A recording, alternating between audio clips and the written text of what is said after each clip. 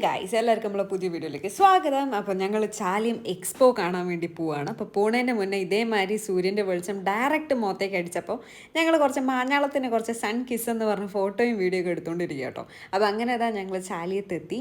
അപ്പോൾ ഇവിടെ നല്ല കിട്ടിലനായിട്ടുള്ളൊരു പരിപാടിയാണ് കേട്ടോ വെച്ചത്.